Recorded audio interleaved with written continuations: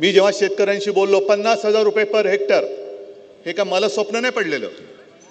मी शेतकऱ्यांशी बोललो, अनेक शेतकरी असतील तेव्हा मला भेटलेले, आणि त्यांना विचारून मी आकडा काढला की दादा किती आपल्याला किती अपेक्षा आहे, किती झालं तर तुमचं जरासं गाडं रुळावरती येईल.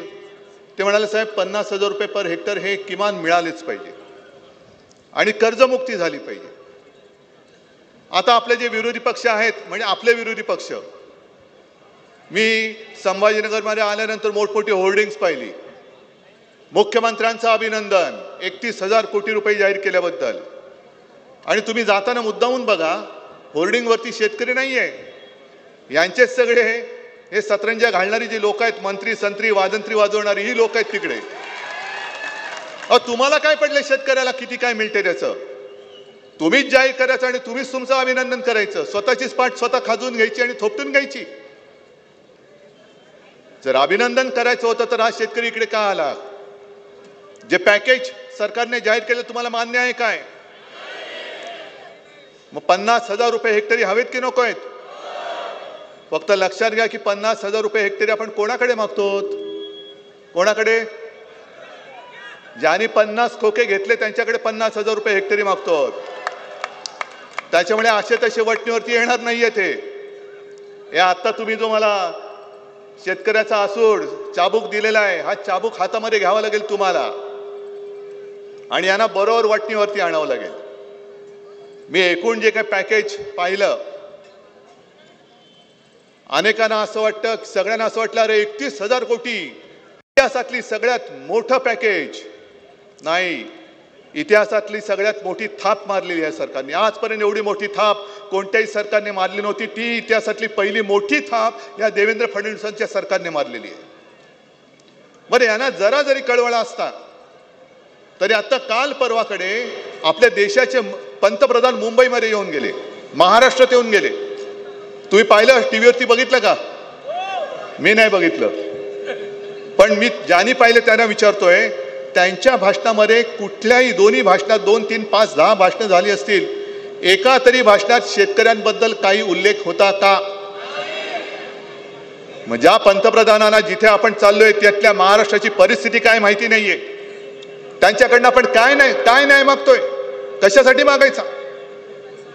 म्हणजे जे एक फुल आणि दोन हाफ बसलेले आहेत, कोण? एक फुल आणि दोन हाफ. म्हणजे मला वाटतं कैलास ओम आणि सगळ्या आमदारास वगैरे सगळ्या तमाम शिवसैनिकांचं खास कौतुक करायचंय. कारण जेव्हा पूर आला होता, त्या पुरामध्ये स्वतःच्या जीवाची पर्वा न करता शेतकऱ्याला वाचवणारे माझे म्हणजे बाळासाहेबांचे शिवसैनिक आहेत सगळे. त्यांचा मला अभिमान आहे. आणि कैलास, तुम्ही जे बोललात, राजा उदार झाला आणि हाती काय दिला? अरे आता येता एका शेतकऱ्यांनी सांगितलं की साहेब हातात टरबूज दिलं. राजा उदार झाला आणि हातात काय दिलं? या टरबूज. ही शेतकऱ्यांची थट्टा चाललेली आहे. बरं, मी काय म्हणतो, चला जाऊ दे, शेतकऱ्याचा हा आक्रोश आपण जरा बाजूला करू. मी या सरकारने जाहीर केलेल्या पॅकेजचं समर्थन करायला तयार आहे, पण माझी एक अट आहे, बघा तुम्हाला पटते का? कारण जीवन उद्ध्वस्त झालंय, जमीन खरडून गेले, रबी पीक घेणार कसं आता तुम्ही? 50,000 रुपये आम्ही का मागतो आहोत त्याचं कारण तुम्ही जाऊन बघा, जमिनीची काय हालत झालेली आहे. पण एका अटीवरती मी समर्थन करायला तयार आहे, कारण मुख्यमंत्री जे बोललेत की खरडून गेलेल्या जमिनीला पर हेक्टरी आम्ही मनरेगातनं किती देणार? 3 लाख, 3.5 लाख. मग मी मुख्यमंत्र्यांना तुमच्या वतीने आव्हान देतो आहे की दिवाळीपूर्वी त्या 3 लाखातले 1 लाख माझ्या शेतकऱ्याच्या खात्यात टाकाच. आहे, बरोबर आहे माझं म्हणणं? बाकीचं नंतर बघू, बाकीसाठी आपण चाबूक दिलाय तो मी घेऊन फिरेनच. पण जर तुमच्यामध्ये एवढी तुमची नियत, मी मुख्यमंत्री असताना माझी नियत काढत होता, आता मी तुमची नियत काढतो, पण मी राजकारण नाही करत. जो एक आपला शेतकरी दादा त्यांनी मदतीसाठी विचारलं तर त्याला हे सांगतात, ए बाबा राजकारण करू नको. मग तुम्हाला राजकारण करण्यासाठी शेतकऱ्याची मतं पाहिजेत. शेतकऱ्यांच्या मतावरती तुम्ही सरकार आणता, शेतकऱ्याच्या मतावरती तुम्ही राजकारण करता आणि शेतकऱ्यांनी न्याय हक्क मागितला तर तुम्ही म्हणायचं राजकारण नाही करायचं. हे कुठलं सरकार आहे? एक तर 3.5 लाख रुपये तुम्ही मनरेगातनं कसे देणार? कसे द्यायचे तसे द्या, देऊन दाखवाच, पण 1 लाख रुपये दिवाळीपूर्वी माझ्या शेतकऱ्याच्या अकाउंटमध्ये पहिले टाका. पीक विम्यासाठी म्हणे किती 5,000 कोटी कुठून आणणार? इथे आलेल्या शेतकऱ्यांनी किती किती विमा घेतलेला आहे? जरा हात वर करा. घेतलाय? कारण आता विश्वासच नाही उरलेला. कारण मी मुख्यमंत्री असताना हा सगळा अभ्यास केला होता. शेतकऱ्यांच्या हितासाठी केंद्र सरकार आणि उरलेला हिस्सा शेतकरी देत असतो. मध्ये आणि एक तुमणं काढलं, 1 रुपयात पीक विमा केली बंद. चालू आहे का बंद आहे? बरं, आता काल मी त्या अजित नवलेंचं एक त्यांनी अतिशय छान त्याचं विश्लेषण केलेलं आहे. आणि त्यांनी काय सांगितलं की विमा कंपन्या विमा जेव्हा शेतकरी घेतो तेव्हा जो प्रीमियम असतो तो प्रीमियम कसा घेतात? 60 रुपये पर हेक्टर कापसासाठी, बरोबर आहे, आणि 58,000 रुपये पर हेक्टर सोयाबीनसाठी. आणि नुकसान होतं, नुकसान किती मिळतं? म्हणजे तुम्ही उत्पन्न येण्याच्या आधी ते आहे ते आधारभूत धरून कचकावून हप्ता तर घेता, पण जेव्हा सगळ्या शेतकऱ्याचं पीक उद्ध्वस्त होतं, पीक कापणी कशी पीक कापणी करणार? आता राहिलंय काय शेतामध्ये? एक तर निकष असे टाकले, जे होते ते काढून टाकले, आणि निकष असे टाकले की शेतकरी मेला तरी त्याला विम्याचे पैसे मिळणार नाहीत, अशा पद्धतीचे निकष आहेत. आणि तुम्ही नाकवर करून सांगता शेतकऱ्याला आम्ही 5,000 कोटी रुपये विमा देऊ. कुठून देणार विमा? कसा देणार विमा? कोंबडी गेली तर एका कोंबडीला 100 रुपये. आता बाजारात जा आणि चिकनचा भाव काय विचारा जरा, किती रुपये किलो आहे? मुंबईमध्ये तर 150-200च्या वरती चालला असेल एका कोंबडीच्या, एका किलोच्या मटणासाठी. आणि शेतकऱ्याला तुम्ही 100 रुपयाची कोंबडी देता. अंडी कोण उभवणार? सरकार. मेहनत शेतकरी करणार आणि हे सत्तेच्या खुर्चीत बसून अंडी उभवणार सत्तेची. एका गायीसाठी 37,000 रुपये. मला तुम्ही सांगा 37,000मध्ये दुभती गाय मिळते का? किमान किती खर्च येतो? 1 लाख रुपये. म्हणजे आम्ही हेक्टरी 50,000 मागतोय, इकडे गायच 1 लाखाची मिळते. साहेब आमची गुरंढोरं तर वाहून गेलीच, पण जी काही गुरंढोरं राहिलेत त्यांना आता खायला यायला कडबा नाहीये. कडबा नाहीये म्हणजे गुरांना खायला एक तो कैलास, तुम्ही मला तो व्हिडिओ पाठवला, त्याच्यात तो शेतकरी सांगतोय सगळं उद्ध्वस्त झाले. तो बोलतो खायचं काय? आम्ही माती खायची, कारण सगळंच गेलंय. कर्जाचं पुनर्गठन करणार. आम्हाला पुनर्गठन नकोय, आजचं मरण उद्यावर नकोय, आम्हाला कर्जमुक्ती पाहिजे. मग आपल्या मुख्यमंत्र्यांनी असं काहीतरी ते बोललेत, म्हणे यांना अधिकार काय? मला अधिकार आहे, कारण मी मुख्यमंत्री असताना मी तुम्हाला कर्जमुक्त करून दाखवलं होतं तर हो बोला, नाही तर नाही बोला. अटीतटीच्या किचकट त्या जंजाळमध्ये तुम्हाला अडकवलं नव्हतं. फक्त तुमचा अंगठा आणि तुमच्या खात्यात पैसे दिले होते की नव्हते? होतं हो, नाही तर नाही सांगा. मग तेव्हा मुख्यमंत्री काय डोळ्याला भात लावून बसले होते? एक गोष्ट नक्की राहिली होती की जे नियमित कर्ज परतफेड करणारा शेतकरी आहे माझा, असे सुद्धा खूप आहेत, त्यांना 50,000 रुपये देण्याचं आपण जाहीर केलं होतं प्रोत्साहनपर राशी. नेमकं मध्ये तंगड्यात तंगडं घातलं कोरोनाने, आणि त्या कोरोनामुळे आपण ते पैसे देऊ शकलो नव्हतो 1-1.5 वर्ष. ते द्यायला जेव्हा सुरुवात केली तेव्हा हे खोकेवाले खोके घेऊन पळाले, आपलं सरकार पाडलं आणि स्वतः डोक्यावरती बसले. ते जर का डोक्यावरती बसले नसते तर 50,000 तर मी दिलेच होते, पण याही वेळेला तुम्हाला मी कर्जमुक्त करून दाखवलं असतं. आता फक्त शेतकरी बांधवांना आणि भगिन्यांना माझी विनंती आहे, तुम्ही मी जे सांगतोय तुम्ही भोगतात. मी 4 चौघांना विचारून प्रत्यक्ष बघून हे मी सगळं बोलतोय, पण तुमचे डोळे उघडणार आहेत की नाही? आज असं काय नाही की कोणत्या तरी एका समाजाच्या, एका जातीच्या, पातीच्या, धर्माच्या शेतकऱ्यावरती संकट आलंय. आभाळ फाटलंय. आभाळ असं फाटलंय की आता शिवायला दोरा आणायचं कुठून? आज हंबरडा मोर्चा नाहीये, हा इशारा मोर्चा आहे. सरकारला आम्ही इशारा देतो आहोत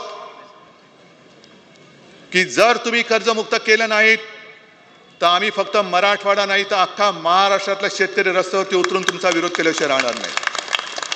अख्ख्या महाराष्ट्रातल्या शेतकऱ्याला मी आवाहन करतोय. फक्त मी तुम्हाला जे सांगतो की अरे आता तरी डोळे उघडा. ज्या वेळेला तुमच्यावरती संकट येतं तेव्हा तुम्हाला सांगितलं जातो, दम दिला जातो, ए बाबा राजकारण करू नको. पण आता जिल्हा परिषद येत आहेत, सगळ्या निवडणुका येत आहेत, तेव्हा बघा कसे तुमच्यासमोर गुडघ्यावरती येतील.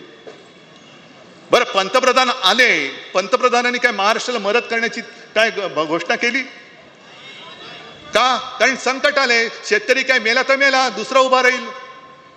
उत्तरेमध्ये नाही का तो शेतकरी किती जवळपास वर्षभर रस्त्यावरती होता, कडाक्याची थंडी होती, पाऊस होता, ऊन होता, अनेक शेतकरी त्याच्यामध्ये मृत्युमुखी पडले. पण शेतकरी दिल्लीत आपल्या राजधानीत येऊ नये म्हणून त्या शेतकऱ्यांच्या वाटेमध्ये खेळ पसरणारं हे नतद्रष्ट सरकार, डबल इंजिन, त्यांच्या वाटेत खिळे टाकले, तारीचं कुंपण लावलं, बंदुका घेऊन, अश्रुधूर घेऊन त्यांच्यावरती अश्रुधूर मारला. त्यांच्याकडे आपण दाद मागतो आहोत. आणि जर महाराष्ट्रामध्ये आता निवडणूक लागली मग बघा मोदीजी कसे पटापटा तुम्हाला घोषणा करून खुश करून टाकतील की नाही. आज महाराष्ट्रामध्ये विधानसभेची निवडणूक नाही तरी सुद्धा शिवसेना तुमच्या सोबत आलेली आहे. पंतप्रधान जातात ते बिहारमध्ये जातात. आता सुद्धा मी येताना वाचलं की सप्टेंबरचा लाडक्या बहिणीचा हप्ता हा आज म्हणजे ऑक्टोबरमध्ये टाकलेला आहे, गेल्या महिन्याचा. निवडणुकीच्या वेळेला जवळपास 3 का 4 महिन्याचे हप्ते एकत्र करून टाकले होते की नव्हते? मग त्याच्यानंतर कापलं कारण त्याच्यात सुद्धा गडबड घोटाळा, मध्येच यांनी यांचे सगळे बापे घुसवले, मग त्याच्यात सुद्धा यांनी पैसे खाल्ले. आता गेल्या महिन्याचा आज देत आहेत. जे शिवभोजन आपण सुरू केलं होतं, कोणाकोणाच्या गावात शिवभोजन सुरू आहे अजून? 10 रुपयात मी दिलं होतं ना गोरगरिबांना. कोरोना काळात तर 5 रुपये आणि काही काळ तर मोफत दिलं होतं. बंद.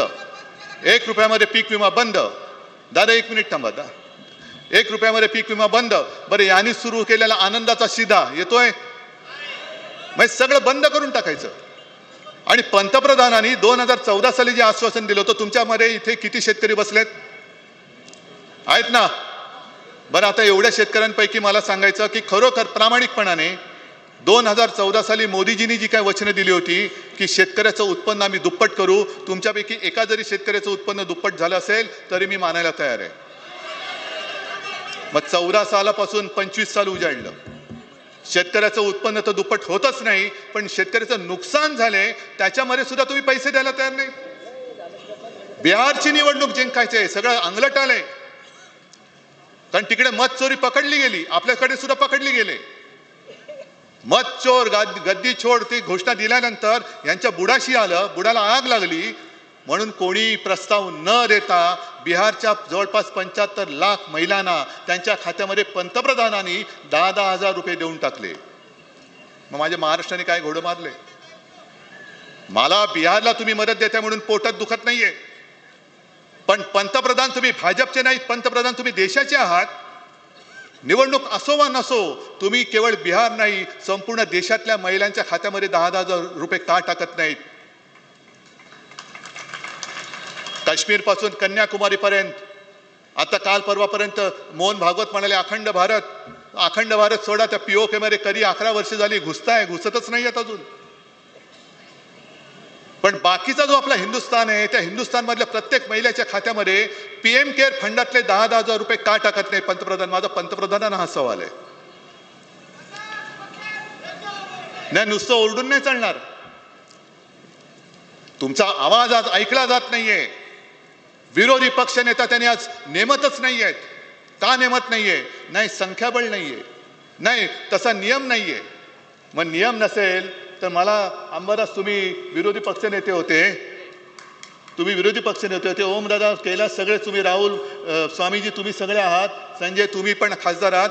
मला सांगा, विरोधी पक्ष नेते पद नेमण्यासाठी जर कायदा कानून नियम लागत असेल तर उपमुख्यमंत्री कसा नेमला जातो? 2-2 उपमुख्यमंत्री नेमता जे संविधानात नाहीये. नसलेली असंविधानिक पद तुम्ही तिकडे नेमतायत. पहिलं त्यांना उपमुख्यमंत्री पदाचा दर्जा काढा. जर विरोधी पक्ष नेता आम्हाला देत नसाल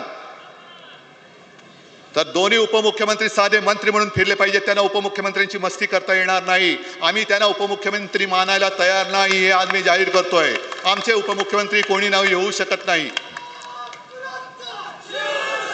काय विरोधी पक्षनेता, अरे एवढं पाचवी तुमच्याकडे बहुमत आहे, केंद्राचं सरकार तुमच्याकडे पूर्ण वरद हस्त, हे एवढं मजबूत सरकार यापूर्वी आपल्या देशात क्वचित आलं असेल, तरी सुद्धा तुम्ही विरोधी पक्ष नेत्याला घाबरता, विरोधी पक्षाला घाबरता.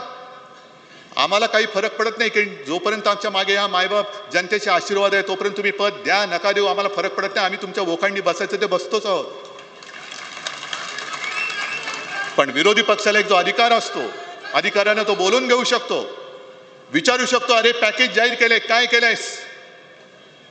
तो विरोधी पक्ष नेता पद तुम्ही द्यायला तयार नाहीत का? कारण संविधानात तशी तरतूद नाही. मग उपमुख्यमंत्री पदाची तरतूद तुम्ही मला दाखवा, नाही तर तुमचे 2 हाफ आहेत, त्यांना हाफच राहू द्या, त्यांना आम्ही पूर्ण दर्जा देऊ शकत नाही, उपमुख्यमंत्री आम्ही त्यांना मानू शकत नाही, संविधानात दाखवा.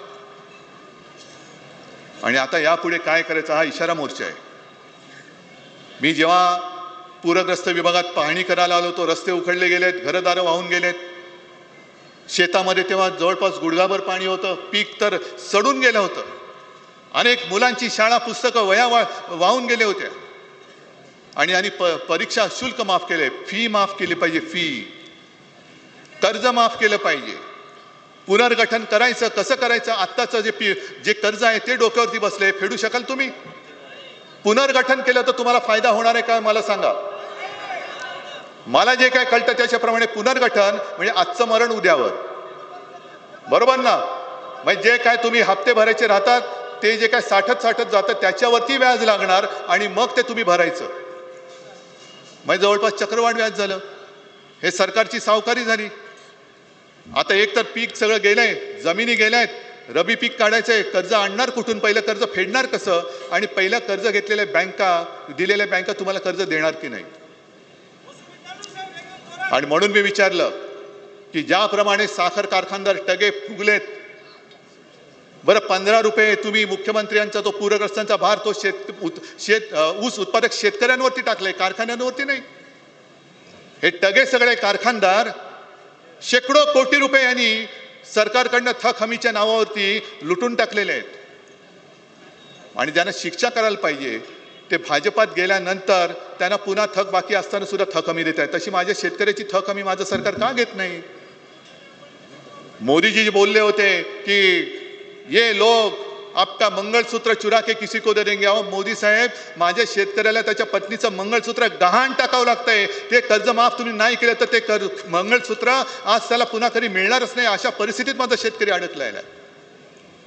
तुम्ही धार्मिक भावनेवरती राजकारण करता आहात, पण जीव चाललाय, तो जीव वाचवण्यासाठी काय करते? कोणीच काही करत नाहीये. आणि त्याच्यासाठी जे मी म्हटलं की हा इशारा मोर्चा आहे. दिवाळीच्या आधी सगळ्यांनी पुन्हा जिल्ह्यामध्ये जायचं. हे पॅकेज जे आहे हे पॅकेज येतंय की नाही? अगदी आपल्याकडे विरोधी पक्ष नेता पद नसलं तरी अधिकाऱ्याला बोलवल्यानंतर अधिकारी आलाच पाहिजे, कारण जनता तुमच्या समोर आहे. आणि जर कोणी अधिकाऱ्यांनी मस्तीत वागला तर शेतकऱ्याचा असूड काय असतो हे त्याला एकदा दाखवावं लागेल. सगळ्या अधिकाऱ्यांना पण सांगतो की अरे तुम्ही सुद्धा शेतकऱ्यांची पोरं आहात. आज आपला मायबाप शेतकरी, ज्या शेतकऱ्यांनी कोरोनाच्या काळामध्ये माझं अर्थचक्र पेललं होतं, महाराष्ट्राचं अर्थचक्र पेललं होतं, तो संकटामध्ये इकडे तुम्ही बाबूगिरी करू नका, खरडेघासी करू नका. आणि शिवसेना आता लक्ष ठेवेल यांनी जाहीर केलेल्या पॅकेजवरती. एक तर दिवाळीच्या आज जे जाहीर केले ते तुम्ही पहिले द्या, आणि दिवाळी नंतर सुद्धा मी मराठवाड्यातच नव्हे तर संपूर्ण महाराष्ट्रामध्ये प्रत्येक जिल्ह्यात जाऊन शेतकऱ्यांना भेटणार आहे. प्रत्येक ठिकाणी विचारणार, दादा तुला किती पैसे मिळाले, तुझं किती नुकसान झालं होतं, विम्याचे पैसे मिळाले की नाही, कर्जाचे पुनर्गठन नाही, कर्ज माफ झाले की नाही, गायीसाठी पैसे मिळाले की नाही, हे सगळं मी विचारणार. हा शिवसेनेचा आता याच्या पुढचा कार्यक्रम असेल. जा प्रत्येकाने गावागावात जा, जिथे जिथे ही छोटी छोटी मोठी ऑफिसेस आहेत तिकडे जाऊन ठाण मांडून बसा आणि त्यांच्या सर्कलमधल्या शेतकऱ्यांना हे पॅकेज मिळते की नाही ते मिळवून देण्याचं काम यापुढे आता शिवसेना करेल. हे शिवसेना सगळं करायला तयार आहे. फक्त मला तुमच्याकडनं तुमच्या आशीर्वादाची गरज आहे.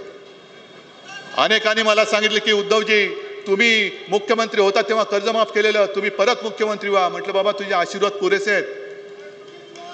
मला मुख्यमंत्री पदाची स्वप्न पडत नाहीत, कारण तशी जर पडत असती तर मी मुख्यमंत्री झाल्यानंतर योग्य वेळेची वाट नसती पाहिली, पंचांग काढून बसलो नसतो, माझ्या पहिल्या अधिवेशनात मी कर्जमुक्ती केली नसती. आणि आत्ता सुद्धा कुठे निवडणूक नसताना मी तुमच्यासाठी म्हणजे सगळी शिवसेना तुमच्यासाठी रस्त्यावर उतरले का? निवडणूक येईल आणि जाईल, पण जीव गेला तर परत येत नाही. मी गेल्या वेळेला फिरलो तेव्हा शेतकऱ्यांना जे आवाहन केलं होतं, विनंती केली होती, तीच हात जोडून सांगतोय. सर्व महाराष्ट्रातल्या शेतकऱ्यांना सांगतोय की दादानो, घाबरू नका. संकट मोठा आहे. आसमानी आणि सुलतानी दोन्ही आलेत असे म्हणा. आसमानी संकट आपल्या हातात नाही, पण या सुलतानी संकटाचा सामना करायला शिवसेना तुमच्या खांद्याला खांदा लावून तुम्हाला न्याय मिळवून दिल्याशिवाय राहणार नाही. म्हणून कोणी आत्महत्येचा विचार करू नका. घरदाराकडे लक्ष द्या आणि न्याय मिळाल्याशिवाय आता शांत बसू नका.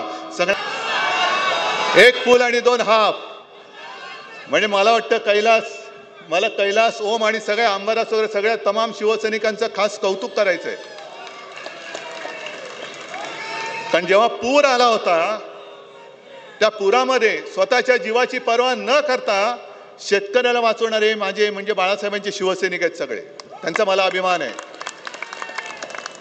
आणि कैलास, तुम्ही जे बोललात, राजा उदार झाला आणि हाती काय दिला? अरे आता येता एका शेतकऱ्यांनी सांगितलं की साहेब हातात टरबूज दिलं. राजा उदार झाला आणि हातात काय दिलं? या टरबूज. या टरबूज ही शेतकऱ्यांची थट्टा चाललेली आहे. बरं, मी काय म्हणतो, चला जाऊ दे, शेतकऱ्याचा हा आक्रोश आपण जरा बाजूला करू. मी या सरकारने जाहीर केलेल्या पॅकेजचं समर्थन करायला तयार आहे, पण माझी एक अट आहे. बघा तुम्हाला पटते का? कारण जीवन उद्ध्वस्त झालंय, जमीन खरडून गेले, रबी पीक घेणार कसं आता तुम्ही? 50,000 रुपये आम्ही का मागतो आहोत त्याचं कारण तुम्ही जाऊन बघा जमिनीची काय हालत झालेली आहे.